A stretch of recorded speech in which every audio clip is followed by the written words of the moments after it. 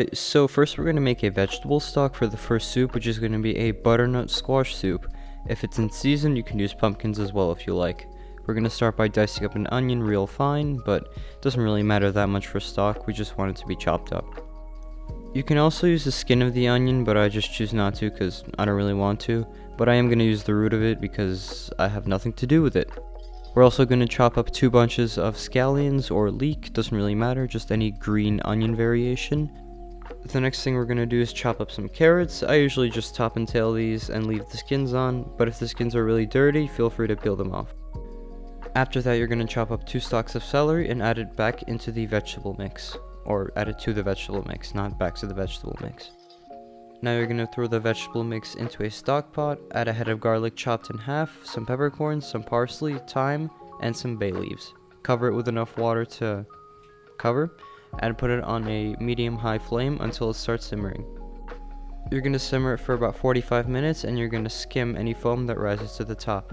After the 45 minutes has elapsed, cover it with a lid with the heat off, and just leave it for another 10 to 15 minutes.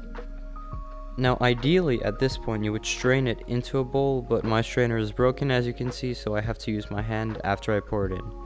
Now that your vegetable stock is done, put it to the side, and now we're going to finally chop up some carrots, celery, and onion.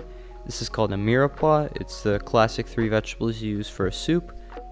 And after that we're going to put it into a bowl, put it to the side, and we're going to peel some butternut squash with a peeler.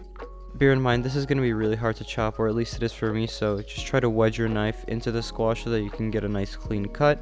Use a spoon to get all of the seeds out. You can save them for whatever you want, and then you're just going to dice up the squash. Like I said earlier, this does work great with pumpkins, so if you can get your hands on that, definitely try it out. Now you're going to chop a Granny Smith apple into rough-sized pieces. They don't have to be too small, but they don't have to be too big either, just some medium-sized chunks.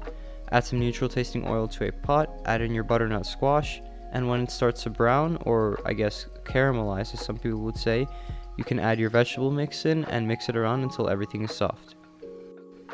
After the vegetables are slightly softened, you're going to cover with your vegetable stock. Be sure not to add too much or else you're going to get a soup that's too liquidy and not thick enough. And now you're just going to leave it to cook until the butternut squash is soft, or literally for as long as you like. Like really, you can leave it on for 2 hours. I left mine on for 3 hours and it was amazing. Blend it all up until it's smooth and strain through a fine mesh sieve. By the way, I'm going to give credit to Steven from Not Another Cooking Show. This is his amazing recipe for the butternut squash soup. His link and channel will be in the description down below. If your soup is extra thick like mine, add some vegetable stock to even it out and make it more thin. Season with salt and pepper and your soup is complete. So the tomato soup is far more simple and it could probably be done in around 20 to 25 minutes. You're going to grate some garlic into a pot, add enough olive oil to cover, and then you're going to put it on a medium-high flame. Once the garlic is bubbly and fragrant, you're going to strain in your blended tomatoes, mix it up, and cover with the lid for 20 to 25 minutes.